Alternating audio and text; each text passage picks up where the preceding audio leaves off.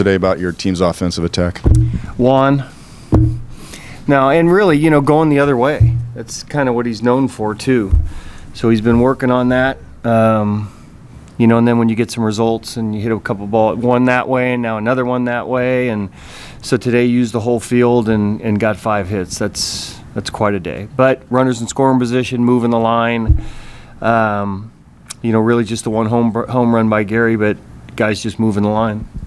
You mentioned the opposite field hits. He also had some great at-bats with 2 strikes. It seemed like the entire team did that as well. Your thoughts on just the entire team's approach opposite field and 2 strikes? Yeah, if you're going to have some success with 2 strikes, a lot of times it means going the other way. It's either a mistake or you're fighting a ball the other way. It doesn't necessarily have to be the hardest hit ball in the world, but give yourself a chance, let the ball travel, and don't strike out. This is the 5th time this year that Michael Wacha has gone 6 innings or more, 0 runs. Where would you rank this one in terms of the list of great outings he's had? And if you looked at the matchups, he had some guys that handled him too. So going in, I think France was 8 for 12 going in, and there were some guys that had some hits off him. And as a pitcher, that, but also knowing that, our bullpen wasn't as long as it could be today. We had some plus guys available. So to go out there and do what he's done so many times, only walked 1 guy, gave up 2 hits. We've seen that movie before out of him quite a bit, and really was economical in the pitches with what he ended up with. I think it was 80 or so, right? 82. Bob, you've defended your hitting coaches quite a bit, and I know they don't work just every other day. So the fact that you guys are going up and down like this, what does a day like today say about the work that you're doing and what you guys are capable of doing more consistently?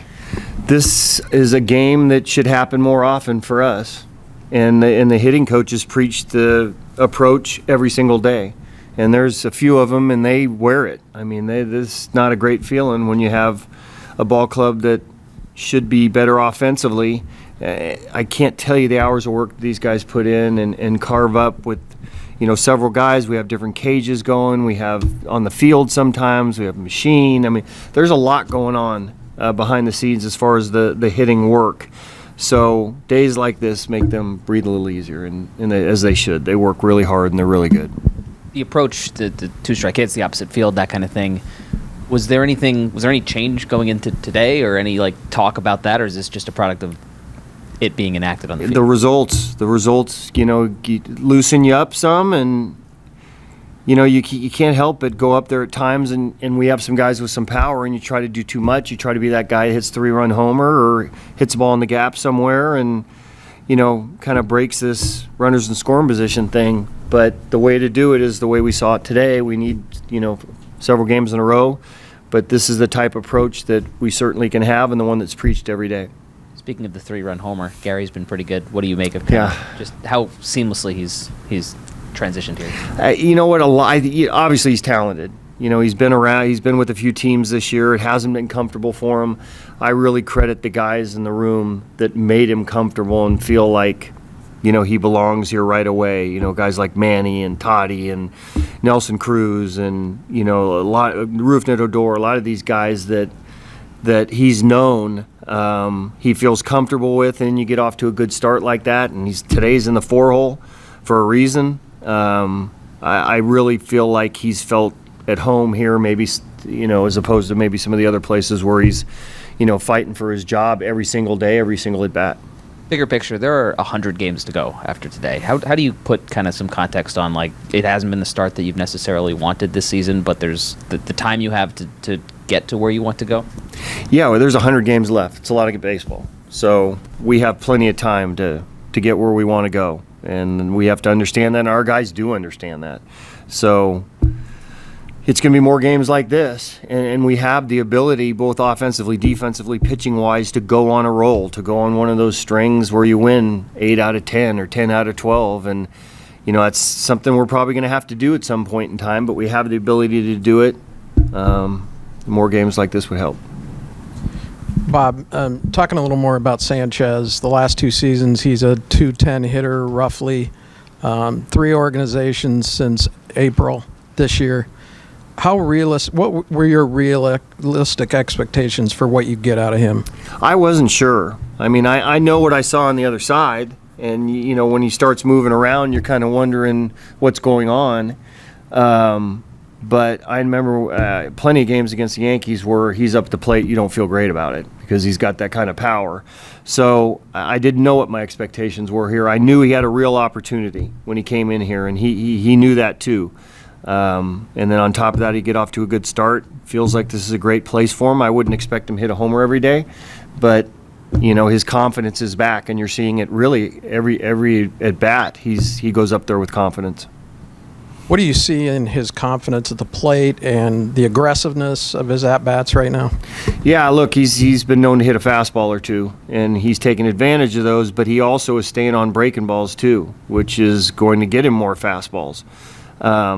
I think just as impressive for me is the catching portion of it, where he's catching a staff he's never caught before, and he's caught some shutouts. He's caught some games like today where they don't score until the 8th inning. He's thrown some guys out stealing, which had been a problem for us.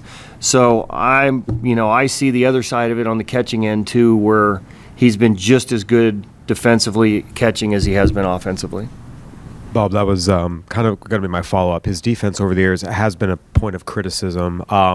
What are you seeing from him just, fundamentally, technically, and what do you think is working for him back there? Yeah, I think some of the balls maybe in the dirt, and in the past he's sold out to framing, and a lot of teams don't really care too much about blocking as much as framing because you're getting more pitches over the course of a game than maybe a ball or two that's in the dirt. I think that's where he's gotten some of his criticism in. But I think he's found a nice balance to where he gets in a position he can block a ball in front of him. He's done that.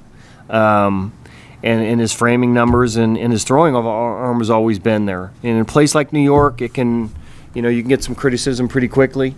But I like his skills behind the plate right now. Tatis Soto today, 1-2. How did you arrive at getting back to that? We just did it. Talked to Juan a little bit about this morning. The way it's set up, I wanted Gary in the 4-hole. I'm trying to get my best guys up there as quickly as you can, as many times. And Juan was all in. 5 hits today. See where it goes. What did Bogaerts do today? He did a little bit. I have a good feeling about him going through the off day here. I know he told me he felt better. I'm not sure how much he put in the cage today and or fielding, but it seems like we're getting progress every day. Been every other day. Oh, Have you noticed that? I haven't. Really?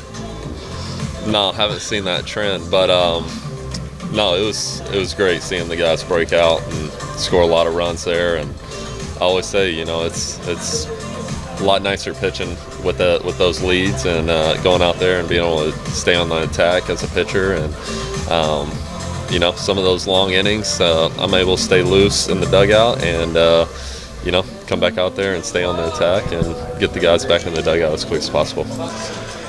Obviously, with Gary behind the plate today, you guys seem really in sync. Just what are your thoughts on Gary and how he's been catching for the club? No, he's been doing great back there. This is the second time getting back there, so a little bit more familiar with myself in back-to-back starts. But, just continuing that communication in between starts and, kind of him getting the understanding of how I like to go about it. And but no, today was great.